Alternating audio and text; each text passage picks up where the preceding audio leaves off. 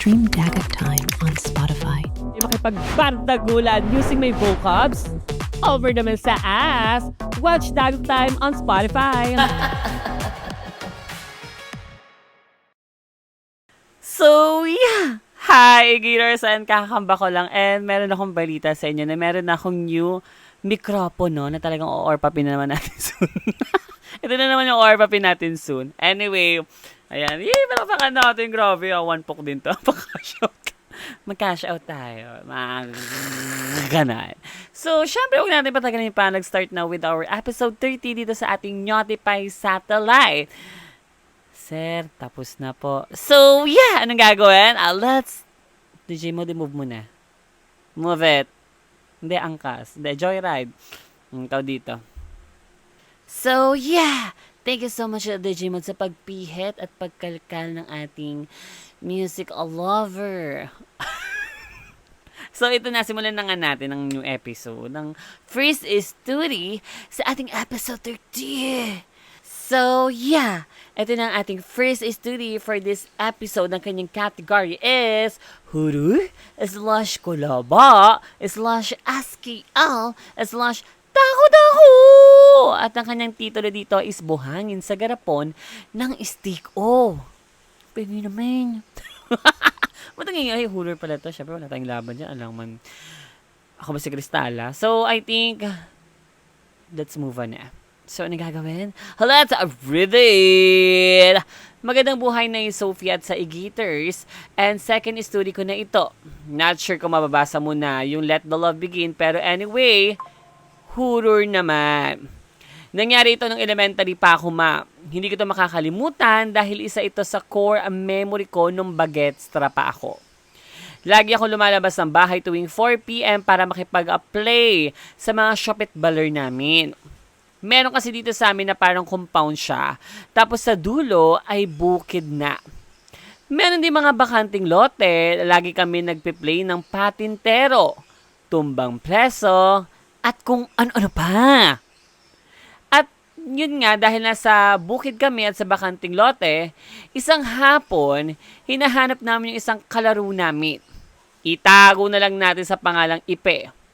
Merlet siya, ma. Dahil nga maglalaro na kami, hanap kami ng hanap sa kanya sa bukid at sa bahay nila. Wala talaga siya, ma. Nakita siya ng isang kalaro namin na si Ren sa bakanting lote na nakaupo sa harap ng puno at para bang may sinasabi habang nakajupostra siya. Tinawag kami ni Renz dahil hindi daw siya pinapansin ni Epe. Sumunod naman kami kay Renz. Nakailang tawag na kami kay Ipe pero hindi pa rin talaga siya nagre-respond sa amin kaya over na kami sa pagtataka. At ma, ito na nga ang twist. Baho. Sabi niya dito, hinawakan ni Renz yung stick o nagarapon ng buhangin ang laman na hawak ni Ipe. Nagulat kami dahil biglang sumigaw si Ipe ng "Wow!" As in, nagalit siya. Ay di gulat na gulat kami ng mga kalaro namin, yung ibang OMS na kasama namin, natatawa lang. Kaya inasar pa nila si Ipe. Kinukuha pa nila yung garapon sa kanya. At napuno na ata si Ipe. At neto, dahil tumayo na siya at hinabol kaming lahat. Takbuhan kami sa bukid at kung saan-saan pa kahit sa kalsada. Nagulat kami sa bilis ng takbo ni Epe dahil hindi naman siya ganong tumakbo pag naglalaro kami. Hingal na hingal kaming lahat tapos si Epe parang nagsisimula pa lang tumakbo dahil hindi talaga siya hinihingal. Hindi ko na kaya, ma. Kaya nung makatakbo ako papuntang kalsada, sinulit ko na. Dumiretso na ako sa bahay namin. At kinabukasan ay parang walang nangyari kay Epe. Ewan ko kung may sumanib talaga sa kanya o malakas lang trip niya. Pero never na ako nakipaglaro sa kanya dahil na sobrang takot ako sa kanya. Sa tama na kayo yung kilikili ko sa mga nagsasabing once sa to, halika mag-time travel tayo at makipaghabulan kay Epe. Bakit naman din showdown? Okay. Ito, proof of purchase ko, ma. Ayan na makita kong picture-ka namin na magka-join force. For your eyes only, ma. Siya yung nakanguso post katabi ko, ma. Ako yung nasa dulo sa right. Thank you, Mima. I love you. Ayaw nga, nakanguso ka talaga siya dito. Hindi pa ba kayo nag-uusap ni Ipe? Nakanguso nga talaga siya. Ang galing. Saludo, Tumas balahibo ko doon. Nag-uusap pa ba kayo ni Epe? Nagkaka-talking stage pa ba kayo? Hindi na. So, I think, baka naman trip-trepa niya lang or gusto niya lang mag-revenge. Yan na. So, I think baka revenge niya lang, ganun. Kasi nga, pinagtitripan siya ng mga kalaruchi nyo. So, baka mga ganun, with the hack. So, yeah. Kung ano man yung meron sa kanya, feeling ko trip-trip lang. Hindi naman Bonnie B yun. Kasi kung Bonnie B yun, lulutang naman siguro siya, diba? Kung Bonnie B naman siguro yun, titirik naman yung eyes lari niya. Siguro hindi naman. Pero, balak sa buhay mo. So, dumako na nga tayo sa ating next story. The Jamid. Move it. Ang cast. Move it. So, yeah, ayan. Kapag gusto nyo mag-share ng story nyo or mag-send ng story nyo, don't forget to share your Gmail. Ay, wait lang. Wait lang. Time first, direct. Goble pa si direct. Or papin na kita direct para matapos na itong pagkakat natin. No? Hindi, dapat pag magsasend, kung if you want to send your story or everything nice, you can send through Gmail, like shareyordagok2@gmail.com. And marami kasi nag-a-ask kung saan isi-send. So, ayun na, binangkid ko na. Tapos, nagbabasa-basa kasi ako ng mga comments lagi. Every time naman, basta mga ganon.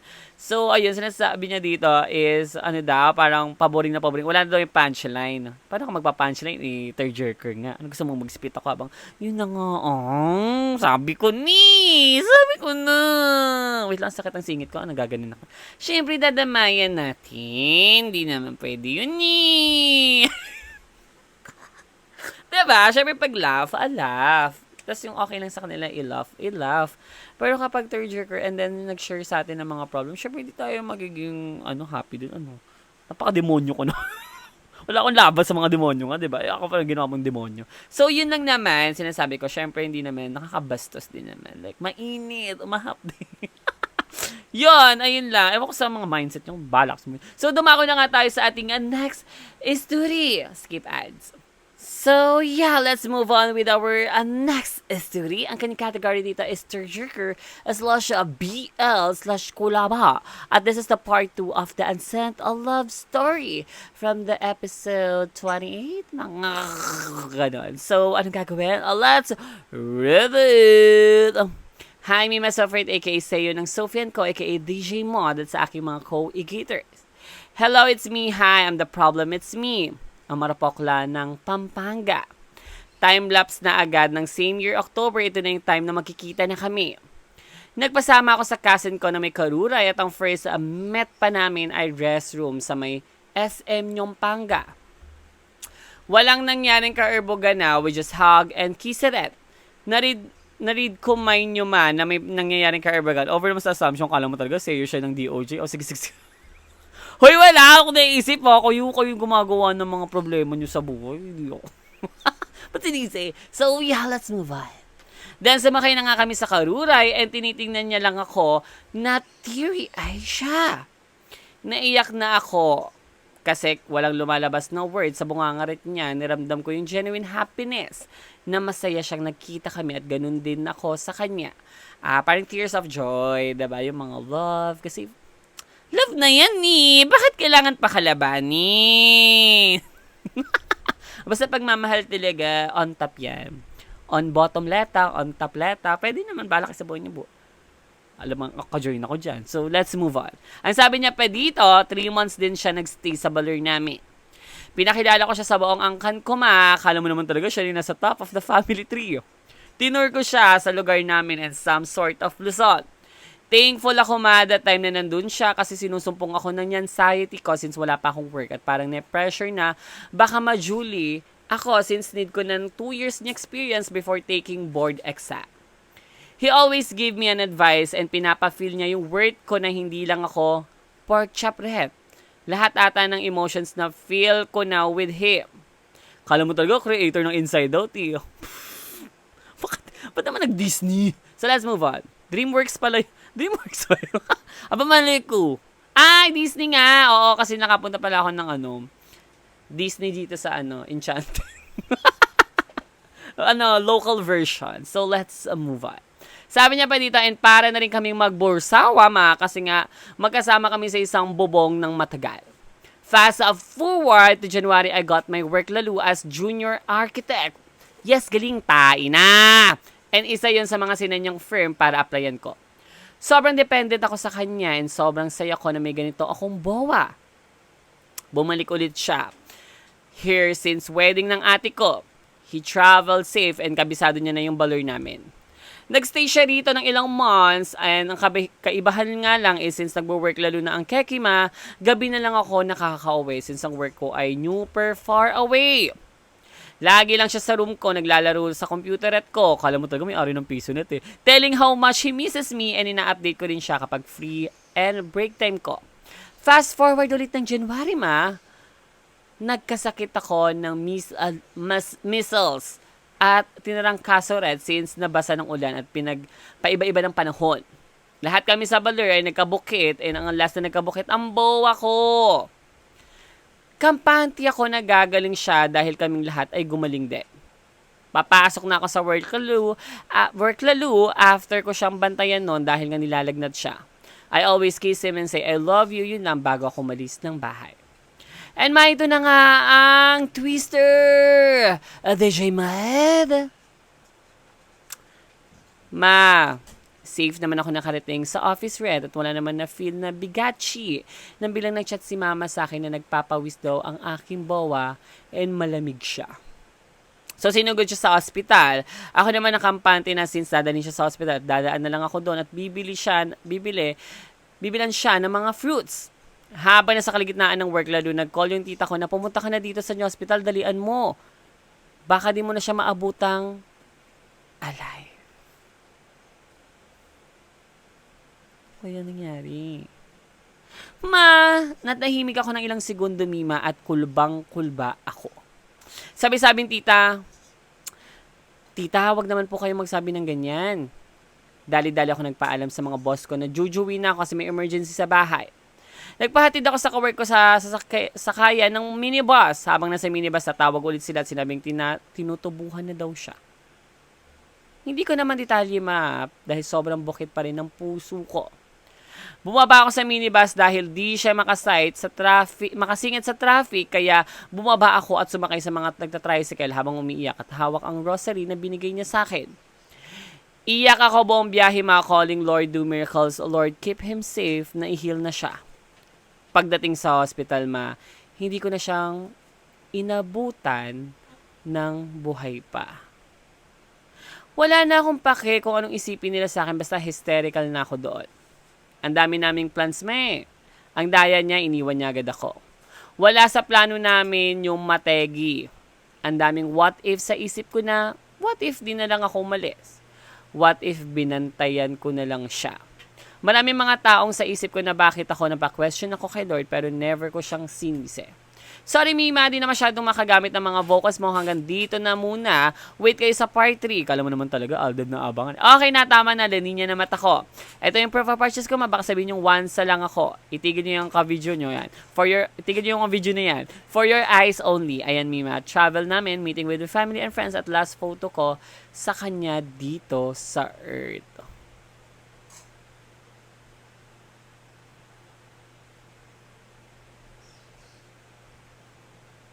Ano ba yung bukit niya? So, it's so sad, diba? Mga ganon. Yung, alam mo yung siya na, alam mo, nakita mo na yung for you, for your best partner, yung, alam mo yung true love na. Tapos bilang babawiin, no? Parang gusto kong mag-amok pag mga ganyan eh. Parang, ano ba? Gusto ko mag-amok pag ganyan yung mga kakaloka. Pero anyway, andyan lang naman siya sa'yo to guide you, to love you, diba? Mga ganon. And condolence, kasi nga, and I'm so sad din na na-experience mo yung ganyang bagay na it's very tragic. And, so, ganyan talaga ang buhay. Ewan ko ba? O ba? Bakit kasi ganun yung life, diba? Mga ganun. Di ba pwede happy as always? So, I think, let's move on now with our next story. DJ Moed. Pubo, naiyak na ako dito eh.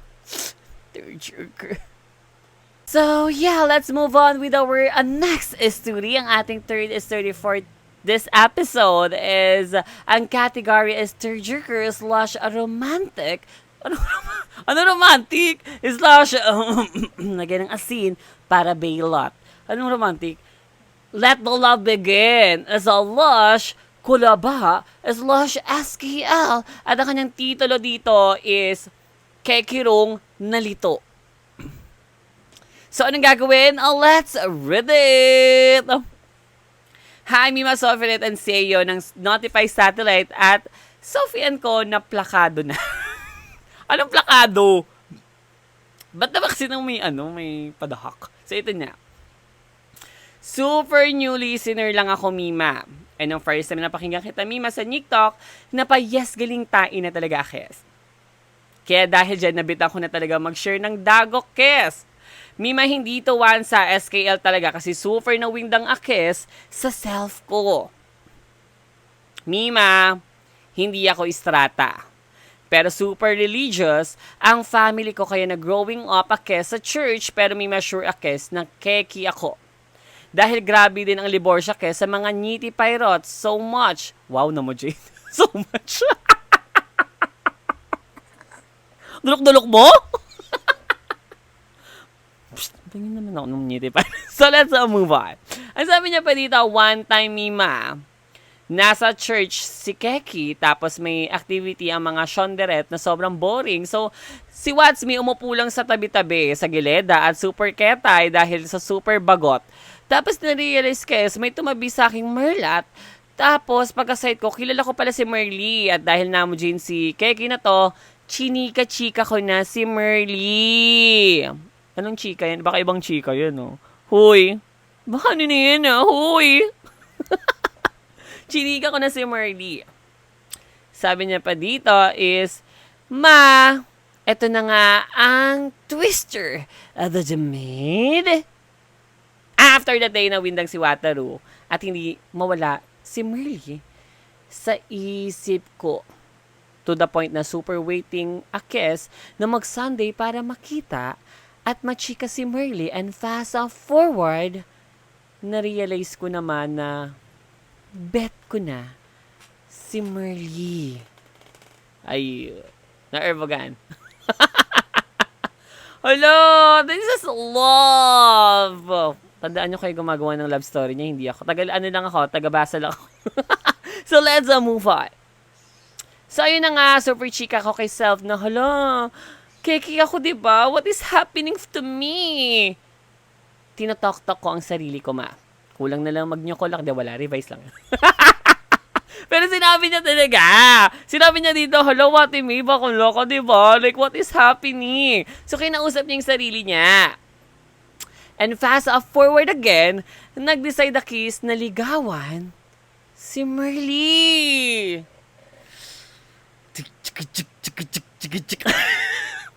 Beatbox. Ayan na. Sabi ko na, na-fall siya dito. Twister pa lang yun twister pa.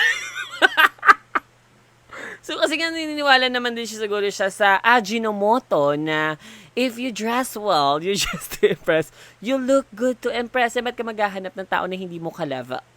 Tama. Siguro ka-level na si Merly. Kaya parang, ayun yung nahanap niya to express himself. So, balak sa boy mo. Let's move on. Sabi niya pa dito, so ayun na nga, super chika ako kay self na hala. Bet ko na talaga si Merly.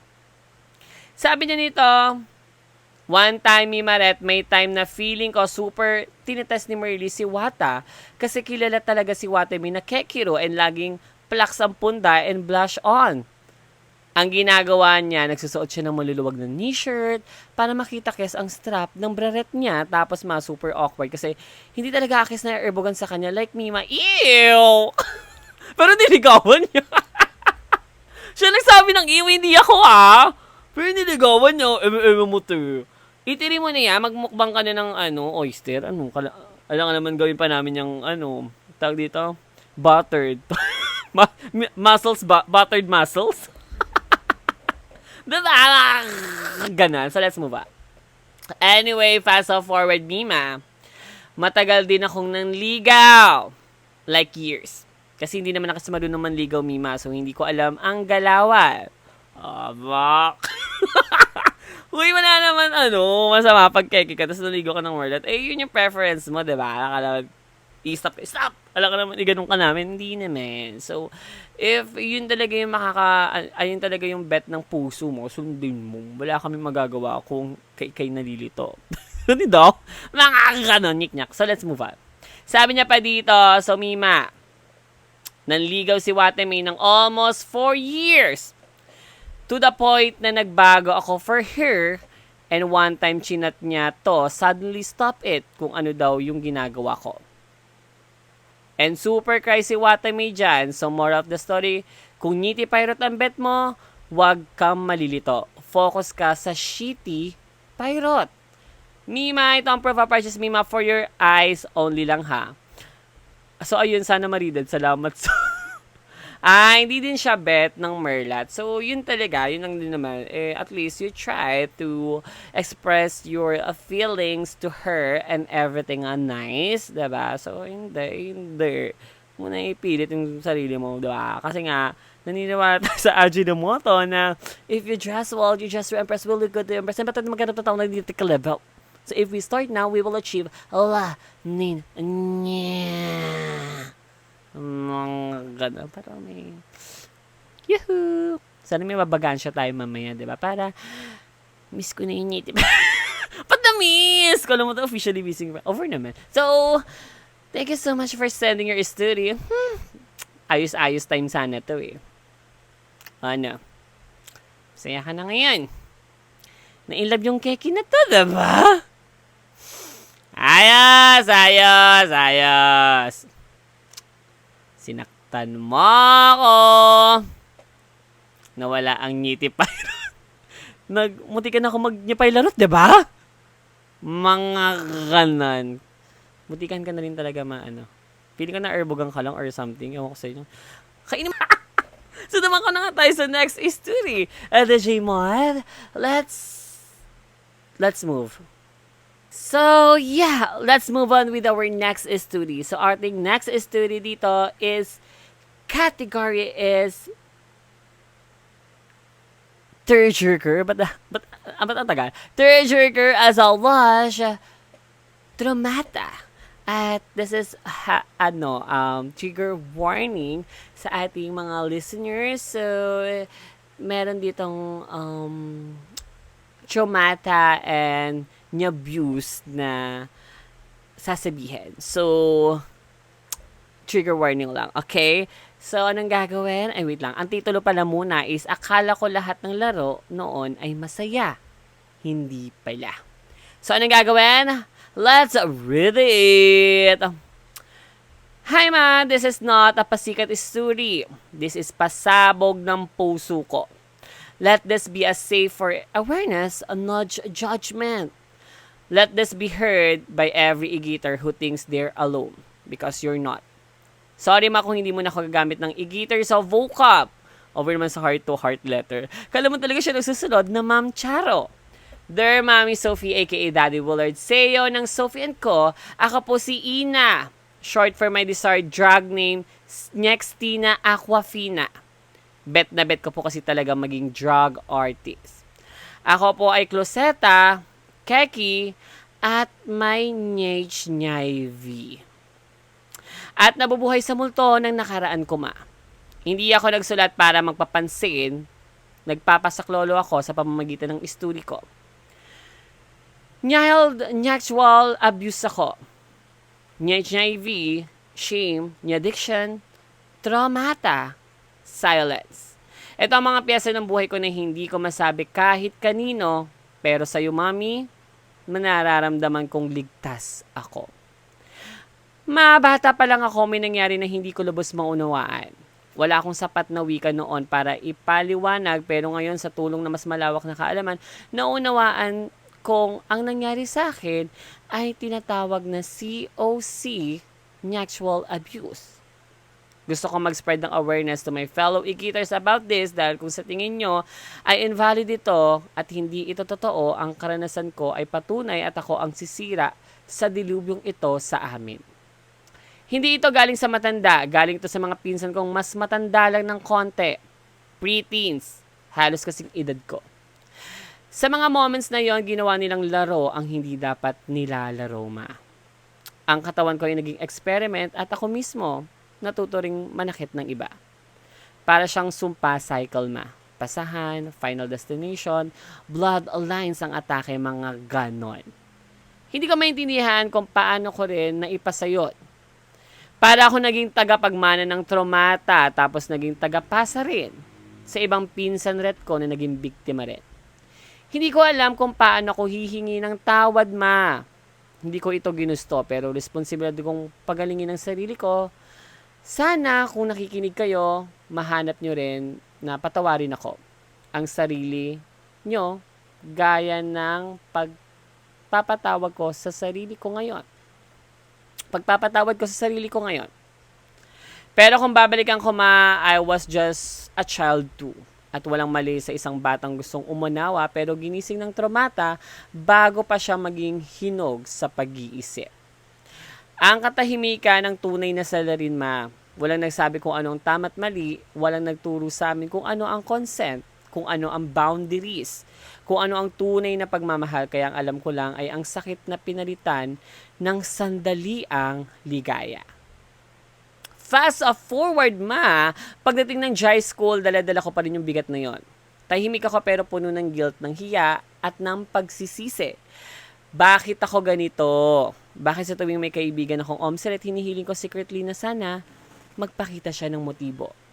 Bakit ako natutokso? Bakit ako laging uhaw sa validation, sa touchy-roo, sa attention, at ang taas ng libido ko? Ang init ng bortawan ko at nagiging naturally active ako.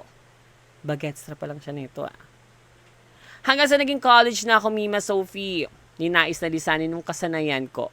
Ang nakalakihan at napunta ako sa lungsod, akala ko bagong simula na ito, ma. Akala ko magbabago na ako dito sa pamantasan na ito sa lugar na di ko kabisado. Pero dala ko palang lahat na dapat ko nang nilibing. Ang traumata ay hindi na nanahimik kahit tahimik yung paligid, ma. Bumubulong siya sa gabi, sa kamera, sa banyo ret, sa bortawan mong akala mo ay iyo, pero inangkin na nakaraan. Naging panandali ang butas ko, ang pakikipag-nyarurot kung kani-kanino. Hawak ko ang oras ko, ang buhay ko, at walang makakapigil sa akin. Ang hirap, ma, sobra. Kinakain ako ng guilt, ng pagsisisi, ng shame after ma-achieve ang laninya ko. Minsan inisip ko na next body ata ko. Hindi lang pala sa maling gamot, sa Yosiret o Jalak, ang addiction. May 2025, ma, this year, ay naging positive ako sa HIV. Wala akong masabihan, maski sa pinakamalapit kong kaibigan o sa family ko mismo, ma. Kinain kasi ako ng kahihiyan. Hindi ko magawang magsabi kasi alam ko na ang stigma ay buhay na buhay pa rin. Narinig ko yung biro ng aking kaklase, baka may NAGE ka o HIV, hindi nagdo-donate ng dugo. Ma, laugh sila malala. Nakitawa ako pero sa loob ko para akong binoboksak. Ilang gabi ako jumijiyak, ma, akala ko tapos na nga yung mundo eh. Akala ko ito na yung karma sa lahat ng kasalanan, hindi ko maintindihan kung kanino ba talaga nagsimula. Pero isang araw habang nakatitig ako sa kisame sa clinic treatment hub, napaisip ako, bakit ako nahihiyang mabuhay? Eh hindi ko naman ginusto ang umpisa ng story ko. Wala akong sinisisi sa mga traumatang hindi ko naman ginustong bitbitin, pero responsibilidad ko pa rin pagalingin at ayusin ang sarili ko, ma. Ngayon, nag-treatment na ako, Mima Sophie. Maraming salamat sa mga NHNAV Hub, especially Talavera Hope at Kanlahi Community Center in Tarlac. Saludo ako sa inyo. Kahit loseta pa rin ako, kahit dalang-dala pa rin ang hiya. Unti-unti kong sinasabi sa sarili ko, hindi mo ito kasalanan, hindi ikaw ang trauma mo. Hindi mo kailangang ikahiya ang pagiging buhay. Laban lang, Keki. At sa mga igiters na katulad ko, ang traumata ay hindi sa'yo. Hindi mo ginusto at hindi mo ito kasalanan. Kung isa ka rin katulad ko na carrier or may buket ng HIV, hindi ka marumi, hindi ka madungis, hindi ka nag-iisa. Kung ikaw ay kloseta na gaya ko, ligtas ka dito. Kung nalilito ka sa takbo ng buhay mo, hindi mo kailangan na magmadali. Magpatingin, magpagamot, at magtanong, at magsalita. Mas mahalaga ang buhay mo kaysa sa opinyon ng taong walang alam sa pinagdadaanan mo. Mima Sophie, kung nabasa mo ito, salamat. Hindi lang kita idol, tinulungan mo akong harapin ang multo ng katahimikan ko. Saludo sa iyo, maisa ka sa dahilan kung bakit andito pa rin ako. Saludo talaga sa iyo. Hello, thank you so much.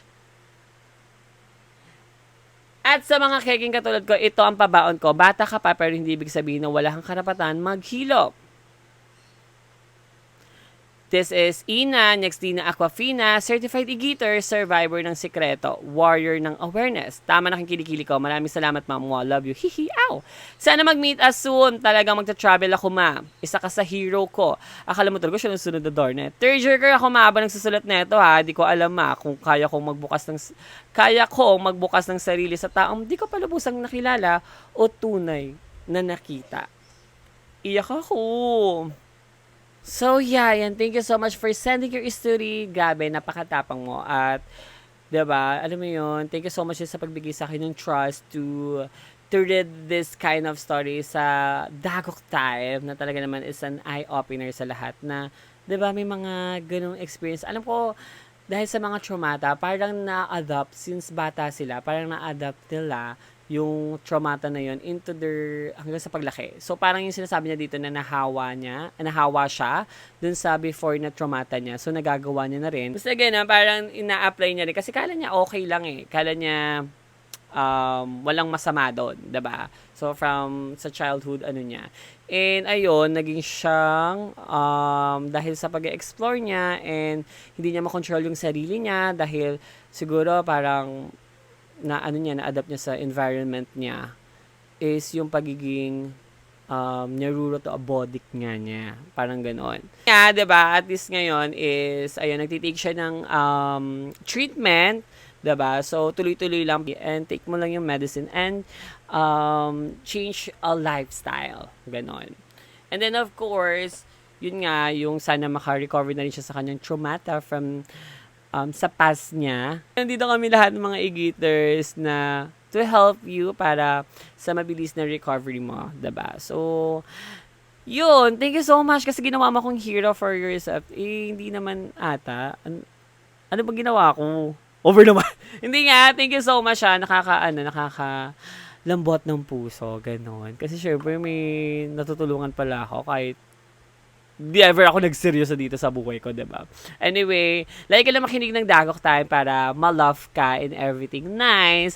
At syempre sa mga igiters natin dyan, na patuloy sa pag-support. And yan, you can talk with other igiters and join sa mga GC namin kasi that's a safe space for all igiters, no? Para magkaroon sila ng laugh lang, masaya vibes and other, alam mo yun, yung ibang universe naman, hindi lang puro toxic, diba? So, yun talaga yung plano namin ng mga igiters na gumawa ng happy place,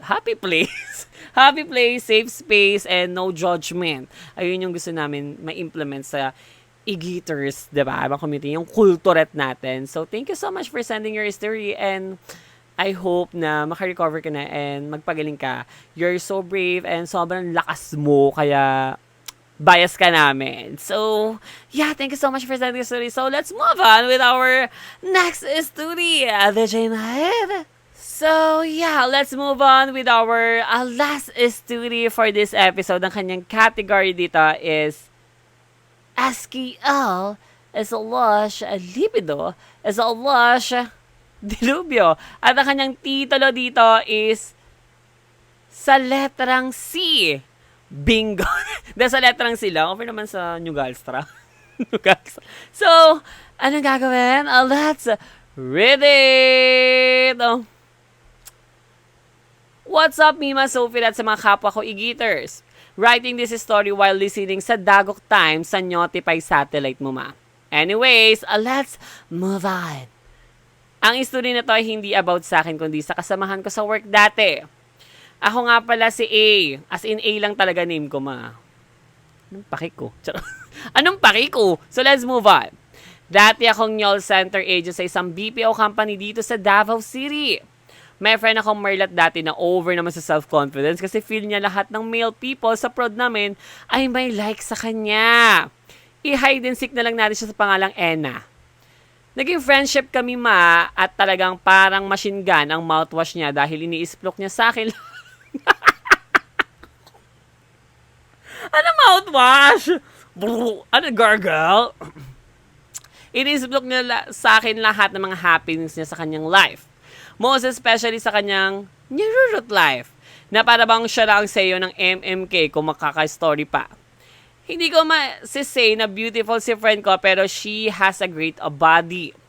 Coca-Cola kumbaga. Ikaw na lang humusga sa face card niya, ma. Please see the attached, mommy, for your eyes only. Once upon a time, ay nag-storytelling siya sa akin na nagsashot daw ang TL namin sa kanya at nagpapalipad hangin. Over naman sa hurricane, parang may gustong ipahiwatig ang TL namin sa kanya na para bang gusto niyang mataste test ang friend kong si Enna. At ang sabi niya pa dito is, with a beautiful intonation pa daw si TL and has a... Beautiful intonation pa talaga mag-talk eh. Nag-chat daw ito na may gusto daw ito sa kanya. Take note, ma, may bawa ang TL namin na nag-work din sa same company pero different floor. Ang hatol? KKK. Kulong, kulong, kulong. Kulong, kulong, kulong. Kulong yan. Kulong yan. Alam mo talaga siya yung pinaka-power dito sa dahog. Dahog. So let's move on. Sabi niya pa dito is over naman sa good girl. May bowa din si Enna. No cheating policy tayo dito eh. Ano bang buhay yan? Ano bang buhay kayo? Ba't parang gusto-gusto niyo ng mga lapitan mo. Parang ganun yung sa inyo. Hindi lumayo eh. Pero pwede naman, pa-join din ako. Uy, tapleta ako ah. So let's move on. Hindi ako joke lang to. So let's move on. Sabi niya pa dito, may bawa si Enna nung time na yon pero naka-blurred na daw sila at sometimes na lang daw sila nagnyanyarurot kaya ang friendship ko si Enna ay in her tagtuyot season. And fast forward, dumating nga yung time na umalis na sa company namin ng TL namin at ang bawaret niya. Akala ko ay wala ng communication si Enna at ang TL namin pero meron pa palama. Akala ko wala na. Pero meron. Yes, galing tayo naman! Sabi niya pa dito, nag-shock a dirty na pala sila sa messenger.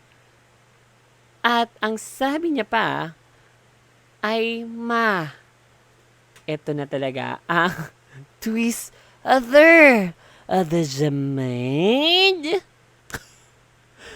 Mami, nangyari sa kanila na nyorurot session after umalis ang TL namin. Tinanong daw siya ng TL namin kung gusto niya ba daw i-try jumubo ng ngiti pairot ni Bakit nagpaalam? Sa bagay, tama naman. Pwede naman paalam. Okay, sabi dito ng TL namin kung gusto niya ba daw i-orpap ang jumbo hotdog ni TL.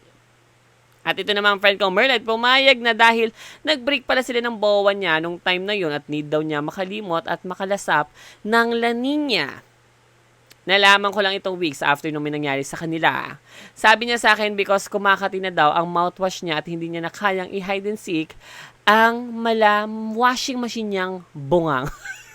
Dulok-dulok mo. Ba't ako sa hindi ba yung root? Psst. Pingin naman ako niyan, no? Damot mo. O, ikaw naman. Nadyamoin ko! Siyempre, diba, Niti Pirate na magiging bata pa ba? Tama naman din si Enna. So, at least si Walay, kailan may boba pa yung TL eh. No cheating policy talaga. Ano to, ikikiki nyo to after ko ma-read ha. Pahanap to. Nyik-nyak. So, let's move on. May doon na nga ang second twister.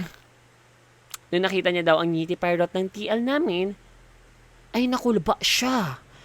Dahil over naman sa alphabet. Over naman sa alphabet, ano? So, let's sing mga kids. A, B, C. Nasaan po yung C? Sa ngiti pirate. Bakit? Kasi hugis, letter C daw yung ngiti pirate. Napasig na lang daw siya ng C is for cat, B is for ball. At nung may naganap daw sa kanila, ay dalawang twerk niya lang daw sa nataret ni TL, ay naglanin niya na daw ito. Kaya na pa, yes, galing, tain na mo! Na lang daw siya. Then naka first honor pa daw ito, maglani niya kaysa sa kanya. So in return, inistro daw or sinipsip ni TL ang bujay na niya habang kinakalikert siya. Para naman daw makabawi dahil nauna daw itong maglani niya kaysa sa kanya. After ng eating ng oyster session. Talagang, parang, finish na ako sa eating oyster. Tabi naman.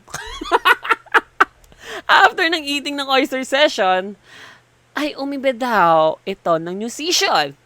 At inutusan siyang i-orpap ang letter C niyang shitty pirate. Paano yung pag ganun? Demo. Parang bet ka na may demo part. Bago na naman. Okay, dito. Kayo mag-produce.